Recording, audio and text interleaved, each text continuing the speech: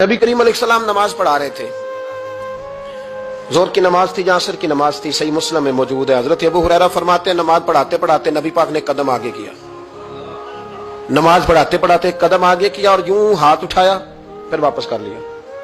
अब नमाज पढ़ के ना तो सलाम फेरा तो सहाबा अर्ज करने लगे, या रसूल अल्लाह सल्लल्लाहु अलैहि वसल्लम, वो नमाज में पैर भी आगे किया तो हाथ भी उठाया, तो वजह क्या थी? अब पहला सवाल तो यह है कि आप लोग नमाज पढ़ रहे थे या हुजूर को देख रहे थे? तो सहाबा तो पहले ही बताते हैं कि भाई हम तो पहली साफ में नमाज इसलिए पढ़ते थे कि नमाज भी होती रहती थी और चुपके चुपके महबूब की दीद भी होती रहती थी। हुजूर से पूछा, या रसूल अल्लाह, वो नमाज पढ़ते पढ़ते कदम आगे बढ़ाया आपने तो फिर पीछे कर लिया, क्या था? और हाथ उठाया तो फिर आपने नीचे कर लिया। तो नबी करीम फरमाने लगे, नमाज पढ़ाते पढ़ाते जब मैंने कहा ना समी अल्लाहु लिमन हमीदा, अचानक मेरी नजर उठी तो जन्नत में चली गई।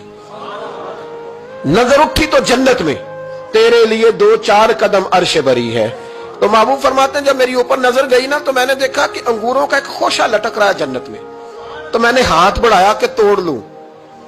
हुजूर खड़े हैं मस्जिद नबवी में और फरमाते हैं कि मैं यहां खड़े होकर हाथ ऊंचा करूं तो मेरा जन्नत तक पहुंच जाता है।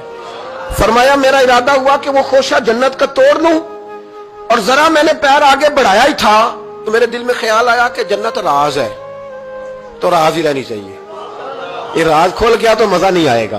तो मैंने फिर वो हाथ वापस कर लिया। सहाबा कहते हैं जब नबी करीम ने ये बयान किया तो हमारे चेहरे न तजस्सुस से खेल उठे, तजस्सुस से। हम कोई बात और भी सुनना चाहते थे। तो महबूब फरमाने लगे, अगर मैं वो खोशा तोड़ के ले आता और तुम्हें दे देता, तुम कयामत तक भी खाते रहते तो तुमसे खत्म नहीं होना था।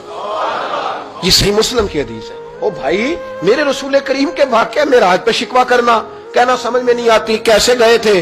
तो तू जो चाहे तो हर शब हो मिसाले शबे असरा, इसलिए कि तेरे लिए 2-4 कदम